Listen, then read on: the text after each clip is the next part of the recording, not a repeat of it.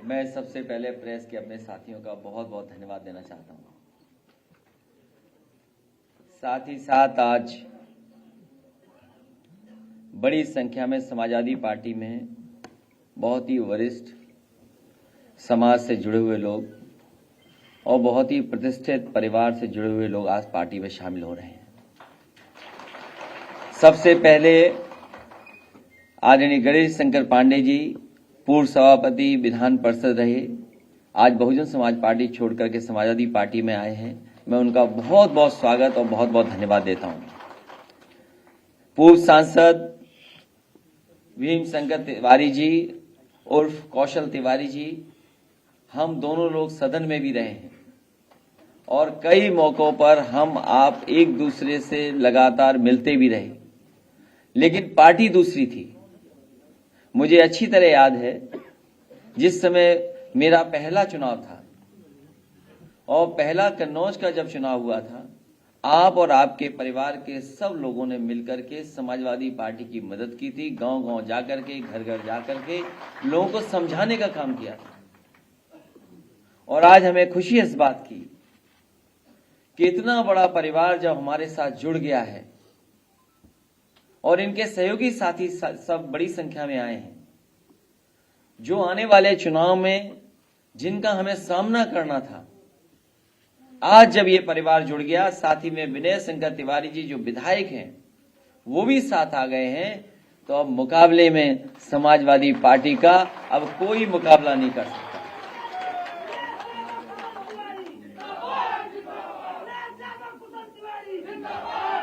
साथ ही साथ बड़ी संख्या में और साथी लोग हैं, संतोष पांडे जी, संजय दीक्षित जी, समीर त्रिवेदी जी, शिव कुमार निषाद जी, योगेंद्र शर्मा जी, जलालुद्दीन सिद्दीकी साहब जो कांग्रेस पार्टी छोड़कर के आए हैं, मैं उनका स्वागत करता हूं। विमल दुबे जी, नाम लेना संभव नहीं है क्योंकि जितने लोग यहां बैठे हैं मंच पे हमारे साथ सामने, इससे भी ज्यादा लोग हमें आज अपने पार्टी कार्यालय में दिखाई दे रहे हैं। पूरा पार्टी कार्यालय भरा हुआ है, आज कहीं जगह खाली नहीं है। सड़क पे भी लोग हैं जो आ नहीं सकते थे अंदर। हमें तो ये डर लगता है कि बुलडोजर सरकार कहीं इधर न देख ले पार्टी कार्यालय की तरफ।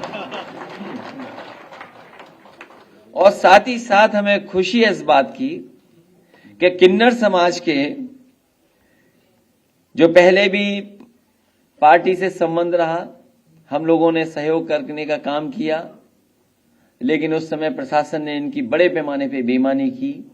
जनता इनको सम्मान देना चाहती थी, ये उस सम्मान के पद पर नहीं बैठ पाई। हम आपको भरोसा दिलाते हैं, आज जब आप उत्तर प्रदेश में समाजवादी पार्टी से जुड़े हैं, आपको प्रकोष्ठ का अध्यक्ष भी बनाया गया है, प्रकोष्ठ का भी गठन होगा और हमें उम्मीद है कि आप अपने समाज के लोगों को जोड़ करके उनकी समस्याओं को समझते हुए उनका क्या समाधान होगा वो समय समय पर सुझाव देंगे, जिससे कि हम आपके समाज में भी अच्छा काम करके दिखाएं। जहां से पार्टी की विजय होनी शुरू होनी है, मुख्यमंत्री जी इसलिए बनाए गए थे कि उत्तर प्रदेश का विकास हो, उत्तर प्रदेश खुशहाली के रास्ते पर जाए। लेकिन जिस तरीके से 4.5 साल में उत्तर प्रदेश में काम हुआ है, भेदभाव से काम हुआ है, जात को धर्म को देख करके काम हुआ है, और जिस तरीके से अंग्रेज भारत में आए थे और उन्होंने एक ही नारा दिया, उस नारे को उन्होंने अमल किया, डिवाइड एंड रूल कर करके जिस तरीके से वो राज करते रहे, उसी तरीके से भारतीय जनता पार्टी आज डरा करके लोगों को मार करके राज करना चाहती है।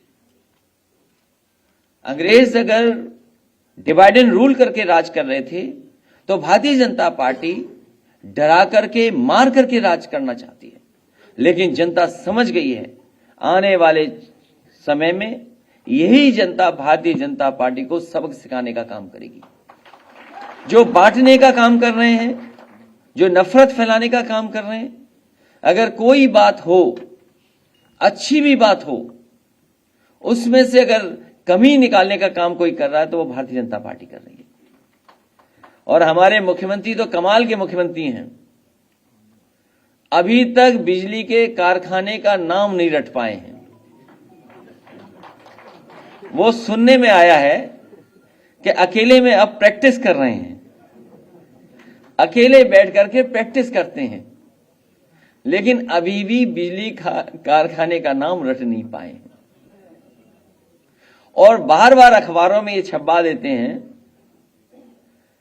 कि बहुत जल्दी आपको टैबलेट मिलने वाली है। जो 4.5 साल से टैबलेट बोल बोल करके अभी तक टैबलेट नहीं दे पाए। स्मार्टफोन देने की बात कर रहे हैं, लैपटॉप देने की बात कर रहे हैं, डाटा फ्री की बात कर रहे हैं, वाईफाई दे देंगे उसकी बात कर रहे हैं। जो सरकार 4.5 साल में अपने संकल्प पत्र पे काम न कर रही हो, उस सरकार पर कौन भरोसा करेगा? जो जनता के बीच में संकल्प रखा था कि जनता का भरोसा जीतने के लिए, जनता का विश्वास जीतने के लिए, लेकिन सरकार आने के बाद उन्होंने अपना घोषणा पत्र, संकल्प पत्र खोल करके नहीं देखा। जब हम लोग बचपन में थे तो केमिकल और टेबल हुआ करती थी, element table, hydrogen, helium, lithium, barium, boron, carbon, nitrogen, oxygen, ये रटते थे हम लोग। इसलिए रटते थे कि परीक्षा में पास हो जाएं। अब जनता को परीक्षा लेनी है सरकार की। बताओ हमारे बाबा मुख्यमंत्री जी परीक्षा में पास होंगे? इस बार जनता ने मन बनाया इनको फेल करने के लिए, और इसलिए फेल करने के लिए कि सवाल आज बेरोजगारी का है, आज छटनी का है, बेकारी का है, पेपर लीक का है, लाठीचार्ज का है, भर्ती स्टे का है। आज महंगी पढ़ाई हुई है, अपमानित शिक्षक हुए, भटकते शिक्षा मित्र हैं, दुखी युवा है, किसान के लिए कीलें गाड़ी गई। लखीमपुर कौन भूल जाएगा कि जीप चढ़ाई गई, जुल्मी जीप जिसने जान ले ली। अनाथ पशु आज भी घूम रहे हैं। पराली मुकदमे वापस हुए, लेकिन सरकार ने अभी तक किसानों की पराली का इंतजाम का कोई ठोस फैसला नहीं लिया। आज मजदूर गरीबी से मर रहा है। नदियां जो साफ होनी थी, आज भी नदियां गंदी हैं। भटकते गोवंश, गड्ढा सड़कें, पानी का प्यास अभी भी सरकार नहीं बुझा पाई है। और सरकार की समय पर बत्ती गुल है अभी। कोरोना कैसे भूल जाएगा कोई? वो ऑक्सीजन की कमी, वो तैरती लाशें, उधड़े शव, बीमार अस्पताल, बद इंतजामी, कौन भूल जाएगा? और जब लाशें जल नहीं थी शमशान घाट में, तो यही सरकार थी अपनी नाकामी छिपाने के लिए टीन लगा रही थी। दोगुनी महंगाई, आधी कमाई, महंगी थाली, महंगी बिजली, पेट्रोल, डीजल, खाद तेल, बेकारी, ठप व्यापार, नोटबंदी। इन्होंने नोटबंदी में लाइन में लगाया, दवाई के लिए लाइन में लगवाया, अस्पताल में बेड मिल जाए उसके लिए लाइन में लगवाया, और आज किसान डीएपी और खाद के लिए लाइन में लगा है। और समय आएगा कि उत्तर प्रदेश की जनता लाइन में लग करके भारतीय जनता पार्टी को हटाने का काम करेगी। और वो बातें भूल जाइए, बोलो बुलडोजर वाली, न ये बुल संभाल पा रहे हैं न बुलडोजर संभाल पाएंगे। इसलिए मैं एक बार फिर आदरणीय गणेश शंकर पांडे जी का, कौशल तिवारी जी का, विनय शंकर तिवारी जी का, और इनके जितने भी सहयोगी साथी आए हैं, इनके परिवार के सदस्यों का, आए हुए सभी समर्थकों का बहुत बहुत स्वागत करता हूं, बहुत बहुत बधाई देता हूं। आपके आने से उत्तर प्रदेश का माहौल बदला है, लोगों के मन में विश्वास बढ़ा है कि अब भारतीय जनता पार्टी का उत्तर प्रदेश से सफाया हो जाएगा।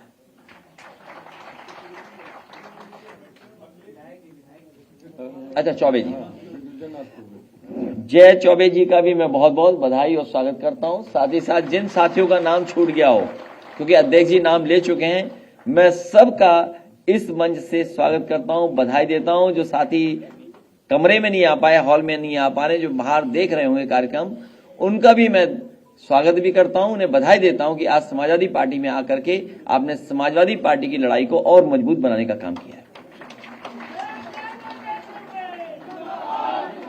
निषाद सेना के अध्यक्ष आनंद निषाद जी का भी बहुत स्वागत। बुंदेलखंड सेना के हमारे नुमानी जी हैं, उनका भी बहुत बहुत धन्यवाद, बधाई श्रीमती रुक्मणी जी के साथ। और जो संजय क्या नाम उनका, निषाद जो आपके साथ आए हैं, तो जितने भी साथी इनके साथ आए हैं निषाद समाज के जो आज पार्टी में शामिल हो रहे हैं, मैं उनका भी बहुत बहुत धन्यवाद देता हूं, बहुत बहुत स्वागत करता हूं। अभी बुला लेंगे उन्हें। नहीं, आज उनसे सवाल मत पूछिए, सवाल हमसे पूछिए। नहीं, इम्पोर्टेंट है, तब भी हम ही इम्पोर्टेंट बताएंगे।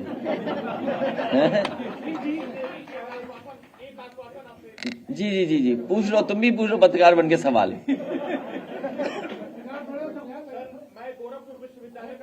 बोल देने कुछ नहीं। 2016 में गोरखपुर विश्वविद्यालय में आए थे कार्यक्रम में, और मैंने आपका फ्लीट रोका था और सुरक्षाकर्मी द्वारा बहुत दूर फेंका गया, लेकिन बावजूद आपने कहा कि इस लड़की को आने दो। आपके बगल में माननीय राजश्याम सिंह जी बैठे हुए थे। सर, संसद में उत्तर प्रदेश के मुख्यमंत्री ने एक नहीं 50 बार ये कहा होगा कि गोरखपुर विश्वविद्यालय को केंद्रीय विश्वविद्यालय का दर्जा मिलना चाहिए, और हमने ये गुहार भी लगाई थी। लेकिन मुख्यमंत्री बनने के बाद 5 साल के अंदर उन्होंने महाराणा प्रताप शिक्षण परिषद का उत्थान किया, लेकिन उस गोरखपुर विश्वविद्यालय को केंद्रीय विश्वविद्यालय का दर्जा नहीं दिया। और राष्ट्रीय अध्यक्ष जी, मैं ये निवेदन करूंगा कि अगर उत्तर प्रदेश में हम पूर्ण बहुमत की सरकार बनाते हैं तो आपके मातहत ये आगे बढ़ेगा और संसद से गोरखपुर विश्वविद्यालय। ठीक है, इनका सुझाव अच्छा है। और ये भेदभाव करने वाले लोग कभी भी सेंट्रल यूनिवर्सिटी नहीं बनने देंगे।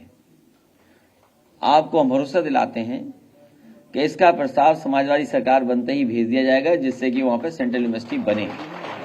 और जो आपने अभी विधायक जी विनय शंकर तिवारी जी ने जो बात उठाई कि किस तरीके से भेदभाव हुआ है यूनिवर्सिटी में, किस तरीके से अस्पताल में भेदभाव हुआ है, मेडिकल कॉलेज में भेदभाव हुआ, ये भेदभाव वाली सरकार है, नफरत फैलाने वाली सरकार है, खाई पैदा करने वाली सरकार है, एक दूसरे को लड़ाने वाली सरकार है। इसलिए सावधान रहें इन लोगों से, और हम सब लोग मिलकर के इनको हटाने का काम करें। और अब तो समाजवादियों के साथ सब अम्बेडकरवादी भी बैठ गए आके, तो अम्बेडकरवादी और समाजवादी जब मिल जाएंगे तो भारतीय जनता पार्टी का उत्तर प्रदेश से सफाया होना निश्चित है। क्योंकि आज सबके हक छीने जा रहे हैं, सबका सम्मान छीना जा रहा है, सबको डराया जा रहा है।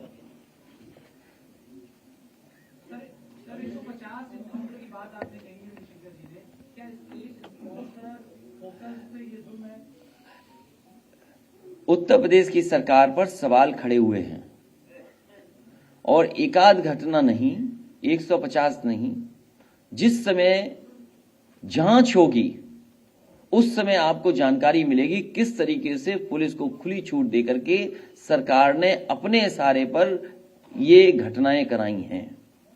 और उसका परिणाम यह है कि नेशनल ह्यूमन राइट कमीशन ने सबसे ज्यादा नोटिस सरकार को दी हैं। न केवल नोटिस दी हैं, बल्कि सरकार को पेमेंट भी करना है कुछ जगह पर, और कस्टोडियल डेथ भी सबसे ज्यादा हुई।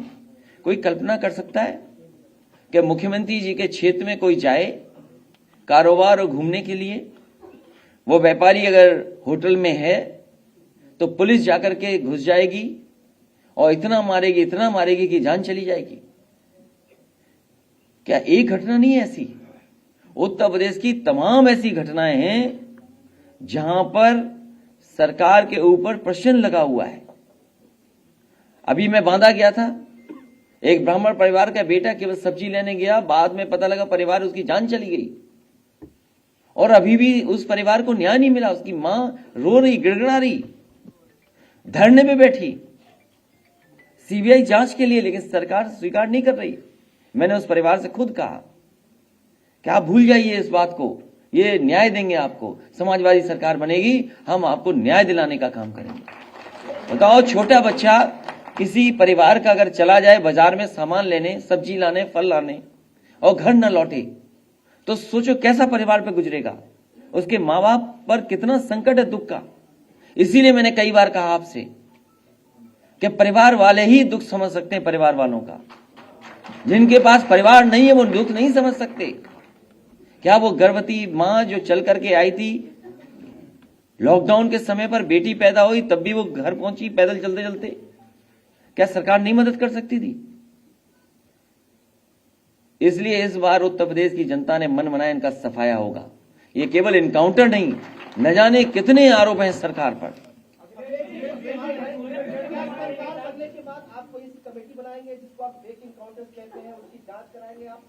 अभी हमारा मैनिफेस्टो आ जाने दो। मैनिफेस्टो में बहुत सारी चीजें रहेंगी और इसलिए रहना जरूरी है कि आप बताइए, क्वेश्चन पेपर लीक हो रहा, परीक्षा नहीं हो पा रही, जांच कहां होगी? कोई एसआईटी करेगी? एक ही तरह की जांच, एक ही जगह जांच, कौन भरोसा करेगा इस सरकार पर? जो समाजवाद है वही अंबेडकरवाद है, जो अंबेडकरवाद है वही समाजवाद है। क्योंकि डॉक्टर राम मनोहर लोहिया, डॉक्टर बाबा साहब अंबेडकर जी दोनों ही जाति उसको तोड़ना चाहते थे।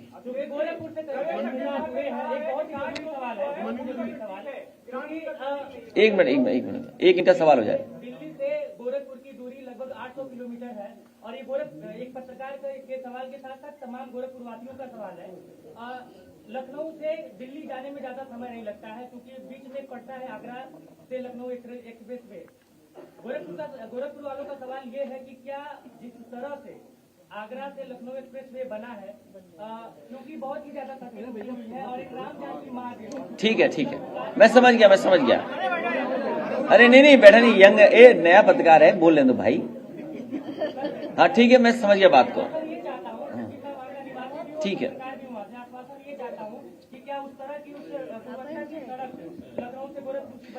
ठीक है, मैं बात समझ गया। मैं दोनों बातों का जवाब देता हूं आपकी। मुझे याद है कि बाबा मुख्यमंत्री जी सरकार बनते ही झांसी चले गए थे। बाबा मुख्यमंत्री जी सरकार बनते ही सबसे पहला दौरा झांसी हुआ उनका, और वो झांसी में जाकर के खड़े होकर के कहा कि झांसी से सीधा दिल्ली के लिए हम एक्सप्रेसवे बनवा देंगे। लेकिन हमारे बाबा मुख्यमंत्री जी को ये नहीं पता था कि झांसी के बाद मध्य प्रदेश आ जाता है, मध्य प्रदेश के बाद फिर उत्तर प्रदेश आता है। जो गोरखपुर की बात की है, मैं अपने नौजवान साथियों गोरखपुर और पूर्वांचल के लोगों को भरोसा दिलाता हूं, समाजवादी सरकार थी तो कोशिश थी कि लखनऊ के किसी कोने से, किसी जिले से कोई अगर लखनऊ आना चाहे तो वहां के लोगों को 4.5 घंटे से ज्यादा समय लखनऊ पहुंचने में नहीं लगना चाहिए। इसीलिए लगातार एक्सप्रेसवे और डिस्ट्रिक्ट हेडक्वार्टर्स को 4 लेन से जोड़ा जा रहा था। मैं भरोसा दिलाता हूं कि एक्सप्रेसवे बन रहा है, उस एक्सप्रेसवे की गुणवत्ता आगरा लखनऊ से भी बेहतर होती, लेकिन हमारे बाबा मुख्यमंत्री क्योंकि जानते नहीं कुछ चीजें, इसलिए उन्होंने एक्सप्रेसवे की गुणवत्ता गिरा दी है, खराब की है। गोरखपुर के लिए सड़क बन जाएगी और एक्सप्रेसवे जिस तरीके जुड़ रहा है उससे जोड़ने का काम करेंगे। दूसरा, इन्होंने कहा राम जानकी मार्ग। अगर आपको याद हो तो एक बस यात्रा चली थी, और वो यात्रा बस चल रही कि नहीं चल रही, जो नेपाल बॉर्डर से चलती थी। और उस समय मैंने मांग की थी कि जिस यात्रा में लोगों की आस्था जुड़ी है, भरोसा जुड़ा है, लोग परंपराओं से जुड़ना चाहते हैं, हमारी धार्मिक यात्रा करना चाहते हैं, उस सड़क को 6 लेन बनना चाहिए। 6 लेन मैं आज भी मांगता हूं, और इस नौजवान जो पत्रकार है उससे जुड़ता हुआ कहता हूं कि सरकार को इसकी बात सुननी चाहिए। हमारी न सुने, और हमने नहीं सवाल इससे पूछवाया है, अपने आप इसने सवाल किया है। वो तो बात इसके सवाल से मुझे याद आ गई है कि कम से कम नेपाल को जोड़ने वाली सड़क जिसकी समाजवादी पार्टी ने मांग की थी कि 6 लेन बनना चाहिए। दिल्ली में, यूपी में उनकी सरकार है, डबल इंजन की सरकार, कब इस मार्ग को 6 लेन बनाएगी ये बता दें।